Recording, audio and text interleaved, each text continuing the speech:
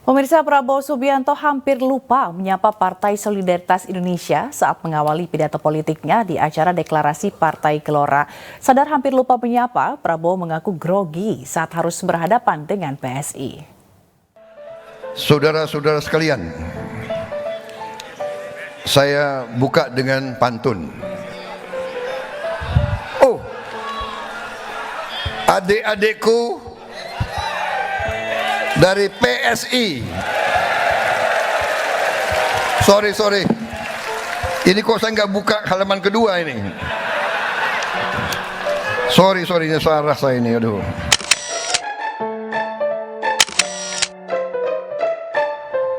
Momen saat Ketua Umum Partai Gerindra Prabowo Subianto lupa menyapa perwakilan Partai Solidaritas Indonesia (PSI) terjadi saat deklarasi dukungan Partai Gelora di Jakarta Theater Sabtu malam.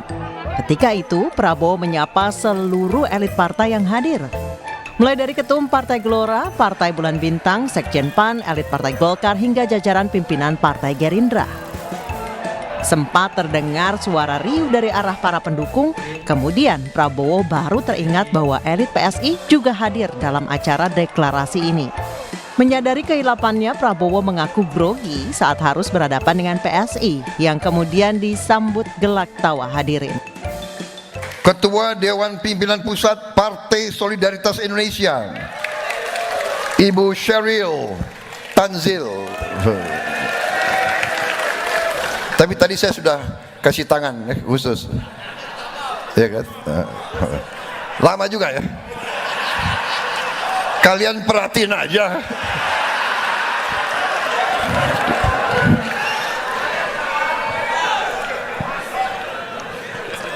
Jadi grogi saya. Kalau ketemu PSI kok jadi grogi saya. Sebelumnya PSI menjadi salah satu partai politik yang kerap melempar kritik pedas kepada Prabowo Subianto saat Pilpres 2019. PSI bahkan pernah memberikan penghargaan Kebohongan Award kepada Prabowo karena dianggap telah melontarkan kebohongan terkait selang cuci darah di RSCM. Memiliki rekam jejak mengkritisi Prabowo, PSI nampak berbalik arah dengan membuka komunikasi dengan Prabowo Subianto.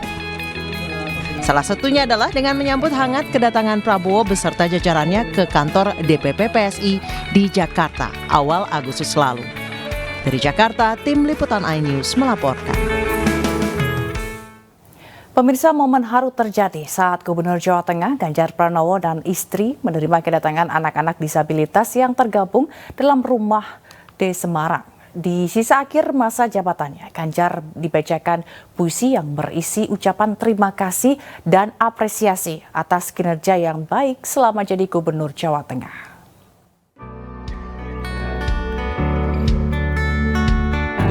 Gubernur Jawa Tengah Ganjar Pranowo dan istrinya Siti Atikoh dikejutkan dengan kedatangan anak-anak disabilitas di Puri Gede, Semarang, Jawa Tengah. Puluhan anak difabel yang tergabung dalam rumah di Semarang diberikan kesempatan oleh Ganjar untuk mempertanyakan suatu hal terhadap dirinya. Akan tetapi, terdapat momen haru Ganjar dan istri Siti Atikoh di saat dua anak disabilitas yakni Rafa dan Farah membacakan surat cinta yang dirangkai sendiri. Warta telah berlalu, menemani perjuanganmu mengaku-ngaku ya rakyat, Gubernur cuma melahirkan Jateng Gayeng, menjadikan Jateng semakin inklusif. Dalam isinya, surat cinta berupa puisi merupakan ucapan terima kasih dan apresiasi dari anak-anak difabel kepada Ganjar. Anak disabilitas itu juga merasa kinerja Ganjar yang telah memajukan Jawa Tengah, khususnya dalam inklusivitas.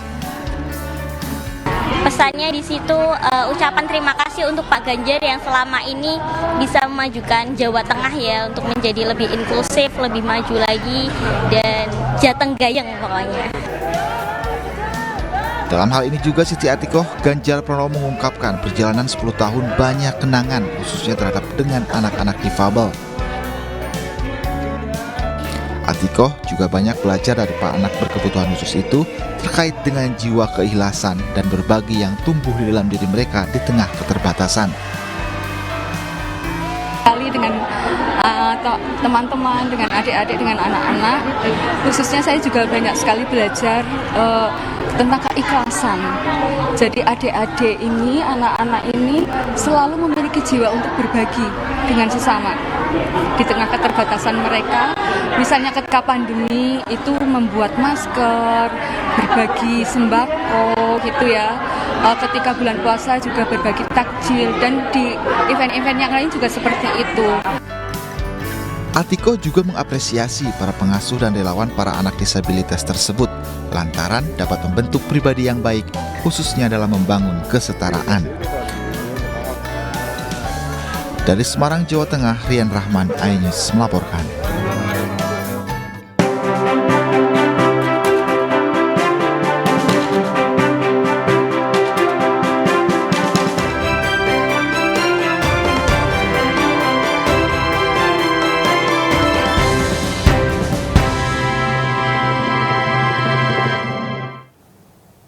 Pemirsa, kebakaran melanda pabrik pengisian gas di kawasan Haur Gelis, Jawa Barat. 1 orang luka akibat melompat dari lantai 2. Pabrik kimia Yasa di Kabupaten Indramayu, Jawa Barat hangus terbakar. Bahkan suara ledakan berulang kali terdengar dari dalam pabrik. 3 unit mobil damkar dikerahkan petugas ke lokasi. Usai berjibaku selama 4 jam, akhirnya api berhasil dipadamkan.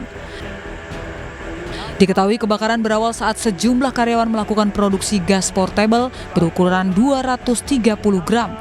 Namun tiba-tiba keluar percikan api dari mesin dan menyambar ke gas yang tengah diproduksi. Ada apa ya ini ya? Ke belakang langsung. Pas ke belakang udah ada api. Langsung api tuh nyamber. Saya pikir, tapi kan reda lagi. Enggak. Saya ngangkat jemuran. Api tuh langsung tinggi tuh benar. Iya, ban itu. Wah. Ledakannya gede waktu itu. Gede banget. Akibat peristiwa ini, 1 orang karyawan mengalami luka serius usai melompat dari lantai 2 saat api berkobar hebat. Selanjutnya, korban dilarikan ke rumah sakit untuk mendapatkan pertolongan medis. Dari Indramayu, Jawa Barat, To Iskandar, iNews melaporkan. Truk pengangkut kendaraan sepeda listrik juga terbakar di ruas Jalan Raya Pantura, Brebes, Jawa Tengah. Akibatnya 45 unit sepeda listrik hangus terbakar. Kebakaran truk muat sepeda listrik. Kobaran api menghanguskan truk pengangkut kendaraan sepeda listrik di jalur Pantura, Desa Bulak Paren, Kecamatan Bulakamba, Kabupaten Brebes, Jawa Tengah, Sabtu siang. Akibatnya truk pengangkut 45 sepeda listrik dari Jakarta menuju Malang, Jawa Timur ini hangus terbakar. Diduga api berasal dari salah satu sepeda listrik di dek atas yang mengalami korsleting listrik. Beruntung sopir dan kernet truk berhasil keluar menyelamatkan diri. Lebih dari 1 jam, 2 regu petugas pemadam kebakaran Kabupaten Brebes yang tiba di lokasi langsung memadamkan dan melokalisir kobaran api. Salah satu motor kebakar, lalu supir nggak mengetahuinya, jalan terus, ada ibu-ibu yang merundingkan supirnya, mobilnya kebakar, mobilnya baru berhenti. Tidak ada korban jiwa dalam kejadian ini, namun arus lalu lintas di jalur Pantura sempat tersendat. Sementara penyebab kebakaran masih diselidiki Satlantas Polres Brebes Tengah dengan memeriksa sopir truk dan sejumlah saksi. Dari Brebes, Jawa Tengah, Yunibar, iNews melaporkan. Pemirsa, kecelakaan lalu lintas yang melibatkan sejumlah kendaraan terjadi di Deli Serdang, Sumatera Utara. Akibatnya sejumlah pengguna jalan mengalami luka hingga harus dilarikan ke rumah sakit.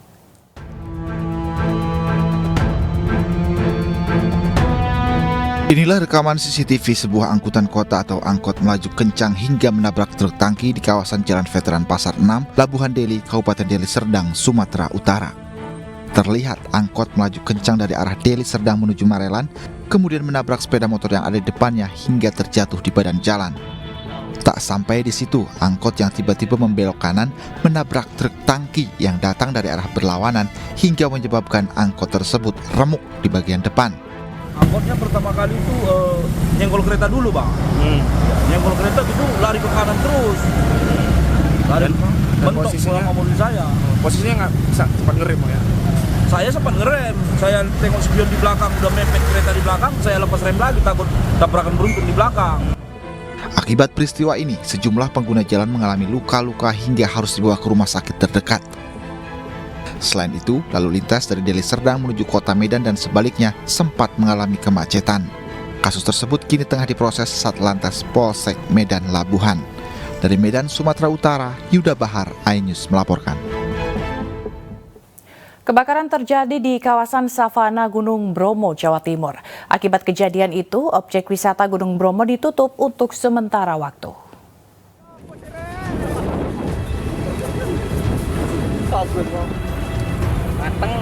Kawasan Savana Gunung Bromo terbakar. Kawasan wisata Bromo pun ditutup untuk sementara waktu.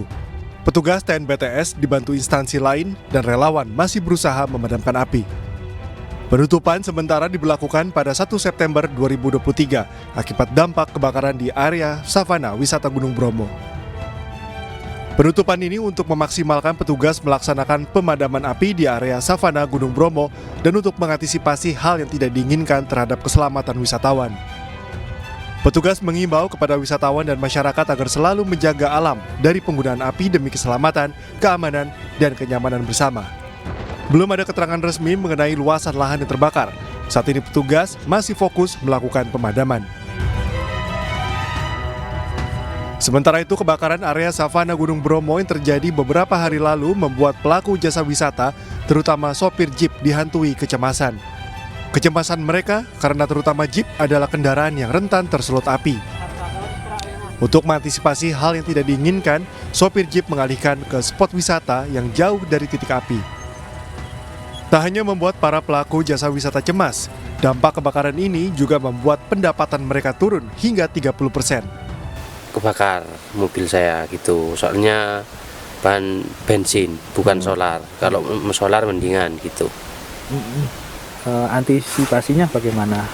Antisipasinya menghindari menghindari kalau mau ke Teletubbies nggak jadi ke Teletubbies gitu. Jumlah wisatawan lagi mengurang sekarang, mengurang. Penyebabnya karena kebakaran ini juga. Iya. Sampai berapa persen kira-kira dari sekitar 30%. Pelaku wisata berharap agar kebakaran segera teratasi dan kejadian serupa tak terulang di kemudian hari. Dari Probolinggo, Jawa Timur, Hana Purwadi, iNews melaporkan. Sementara kabut asap yang ditimbulkan dari kebakaran hutan dan lahan di Palangkaraya, Kalimantan Tengah berdampak kepada masyarakat. Mereka terpaksa harus menggunakan masker karena asap akibat kebakaran itu mengganggu kesehatan.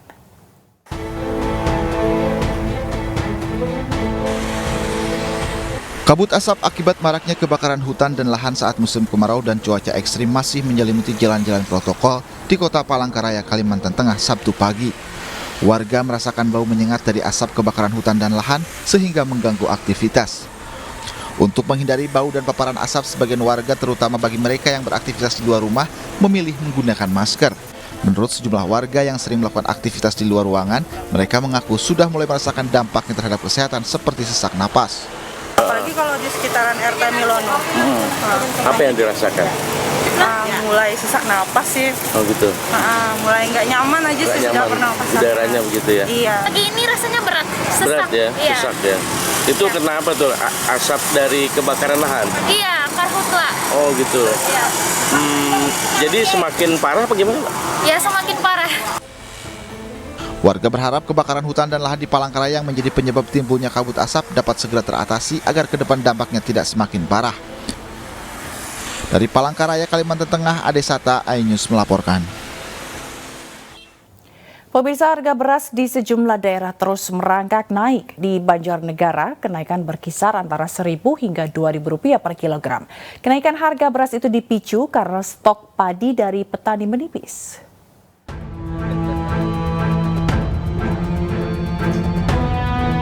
Dalam sepekan harga beras terus merangkak naik seperti di Banjarnegara, Jawa Tengah. Kenaikan terjadi di semua jenis beras mulai dari Rp1.000 hingga Rp2.000 per kilogram. Kenaikan harga beras ini membuat pedagang alami penurunan omset hingga 30%. Menurut pedagang, kenaikan harga terjadi karena langkanya stok dari petani. Dengan kenaikan harga beras ini, warga yang biasa membeli karungan memilih membeli eceran. Paling belinya sih ngecer-ngecer, nggak kerasa bang. Kalau sebelum naik dulu belinya sekali banyak gitu ya kadang ya? Ya lumayan. Sekarang karena harga mahal belinya jadi berapa Bu? Ya, paling sekilo 2 kilo. Sekilo udah gitu. Memberatkan nggak sih Bu bagi masyarakat harganya? Ya agak sedikit berat. Kenaikan harga beras juga terjadi di Pasar Segamas Purbalingga, Jawa Tengah. Harga beras kualitas premium sudah mencapai Rp15.000 per kilogram. Sementara harga beras kualitas medium mencapai Rp13.000 per kilogramnya. Menurut pedagang, dalam sebulan terakhir harga beras sudah naik 10 kali dari awalnya Rp10.000 per kilogram. Berarti mulai Agustus kan? Agustus ya naik mulai dari 10.500 eceran sampai sekarang 13.000 eceran. Itu yang kualitas apa? Sedang atau? Yang kualitas sedang biasa. Kenaikan harga beras ini terjadi sejak dari tempat penggilingan padi. Hal tersebut dipicu persediaan beras yang menurun akibat para petani di sejumlah daerah mengalami gagal panen. Dari Banjarnegara dan Purwalingga, Jawa Tengah, iNews melaporkan. Pemirsa, dampak musim kemarau terus meluas di sejumlah daerah di Indonesia. Warga kekurangan air bersih. Di Banjarnegara, Jawa Tengah, ratusan ibu-ibu rela antri dan menunggu bantuan air bersih.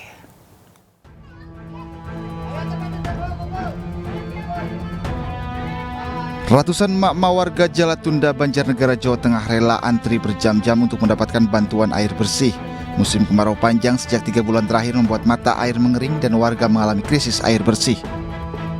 Untuk keperluan mandi, warga terpaksa ambil air dari aliran sungai, sementara untuk minum dan keperluan memasak, warga harus mengambil di satu lokasi mata air yang berjarak 3 km dari permukiman dan berlokasi di dasar tebing atau bahkan harus membeli. Parah ya Mas, sekarang kan dari penggunungan udah mati, jadinya kita harus mengambil air, ya kadang beli, terus dari sungai, ya. Cari. Kalau sumur emang rata-rata udah nggak ada airnya? Nggak ada lah, kering. Gua kering ya. Ada yang dalamnya 15 meter aja, paling 2 ember. Sementara Polres Banjarnegara memberikan bantuan secara rutin ke sejumlah titik dan akan melakukan survei untuk pembuatan sumur bor.